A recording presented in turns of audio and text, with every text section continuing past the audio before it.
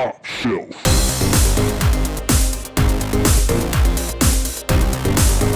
Hello and welcome to Top Shelf Board Games. I'm Hubba. I'm Sabrina. And today we're reviewing City of Iron 2nd Edition.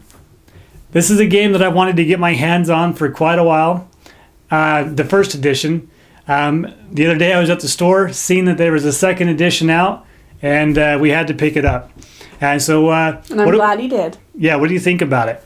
I really like it. When he pulled out the game, it reminded me of Ancient World because of the artwork and everything. So I was like, wait a minute, who's the makers of it? And so then I was right. It was the same ones. So that was good. I like the components. I like the way it plays.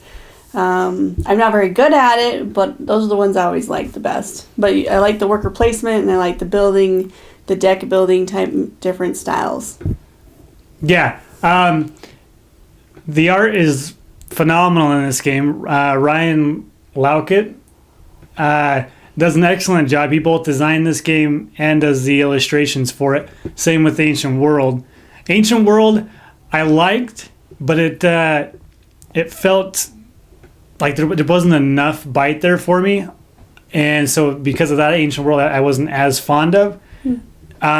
City of Iron 2nd Edition really steps it up and gives me that bite that I was looking for.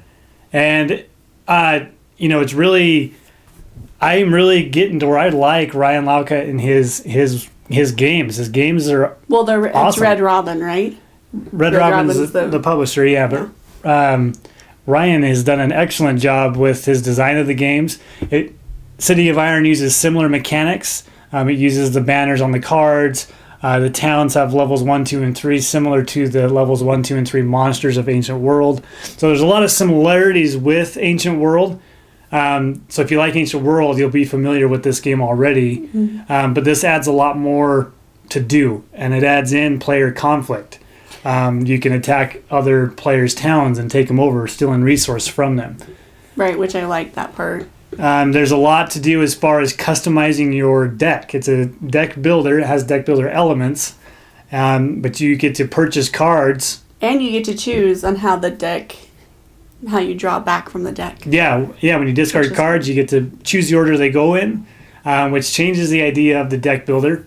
So not only do you get to put cards in there, but you get to choose the order that you discard your cards. So you have more power of what you're choosing and what you're doing. Right. More options. It's got resource gathering. You're trying to gather a bunch of different goods, and each of the goods you'll score points in, and gain influence during the scoring rounds. The buying mechanism is similar to Ancient World. It's got the storing mechanism where you can take a card and store it, keep it for later, purchase it later on when you have the resources. Keeps your opponents from getting cards that you don't want them to have, or keeping cards that you want to get in the future. But they did add a de-junk bot where you can grab cards from the already discarded pile. So I really liked that because if you missed them by chance, you can go back and get them. So that was a nice little twist. Yeah, there's a lot of really cool cards that come in your. There's so many options in your buy pool, to choose. And the decks are similar for the most part. They're the same. But there is differences between the 4 different factions. The starting decks are slightly different for like the Hogmen and the Frog race. They have different starting cards. So that's a nice addition. I can see definitely a lot of replayability because of all the different options. Because you can't get it all in one time. There's so much to do. Yeah, there is a ton of option with what you're able to buy. The strategy. There's so much to do that you can't do it all. You can customize everything, so it adds a lot to the game. I mean, there's a lot to think about. There's a lot to consider, which is, in that regard, it's a big step up from Ancient World. Ancient World was more. It felt more casual. It felt more. Easy to play. Easier. Yeah, not that this one's hard, that just has more options and more choices. Engine building. It's got engine building in it. Right. You're building up your buildings that are going to contribute future resources. It might contribute coins. It might contribute to the amount of cards you get to draw during the draw phase. Or the amount of science books you get to collect during the collect coin and science phase. So you're building up an engine. And, do you want to go attack or explore cities so you get more cards in your tableau, or do you want to go attack towns to gain more resources? Exploring. Yeah, build buildings. Depending on the strategy you go for, you kind of got to build your deck in that way. And so that's interesting. It's really cool. I noticed I kept running out of turns to do what I wanted. I was like, oh, I can't do that because I won't have time, or I don't have the right cards, or I don't have that. So then I had to kind of switch during each round. I kind of had to hurry and make quick decisions to, okay, well, that won't work, so I got to go this route. Right. So I like that. It's quick and short. It's 3 rounds, and so but it doesn't last forever. The turns you mean are quick? Oh, the turns. Yeah. Yeah, the turns are. The turns are you do 3 actions and you choose one of the 7 actions. There's 7 rounds over the course of the game, so it is a fairly lengthy game. You're looking at about an hour and a half for 2 players. And maybe if quicker. With someone that takes a longer time. It could be quicker. Yeah, if you once you know how to play the game and you know the cards in the deck. First playthrough, you're going to want to look at all those cards in the deck. What do I buy? There's so much choice there.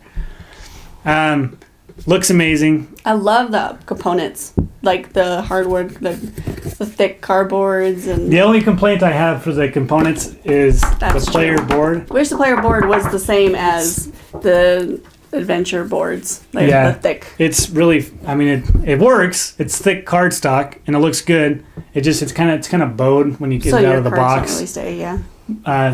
But other than that, yeah. That's the only complaint. Components look good. The art's fantastic. This is a really good game. This one, the more I play it, I think this one. Top shelf quality. It's definitely top shelf quality, and it could. And this one could make a run for my top 10 games. I really enjoyed this one. It's got everything I enjoy about the game, about games. I love how you can use cards for multiple things. Customization just really hits a sweet spot for me. I'll definitely be looking at more of the Red Raven games that come out because of this game. Oh, I said Red Robin, didn't I? Red Raven. Red Raven. Sorry. So, final thoughts? I really enjoy it. I like the replayability, all the different options, and the components are just really great. Okay. If that sounds interesting to you, check out the how to play video. It's about 10 minutes long. And then you can see how everything looks, too. You can see all the components. You'll see how the game plays. You should be able to pull that video out, show it to your game group, and be up and running. So with that in mind, check out that video.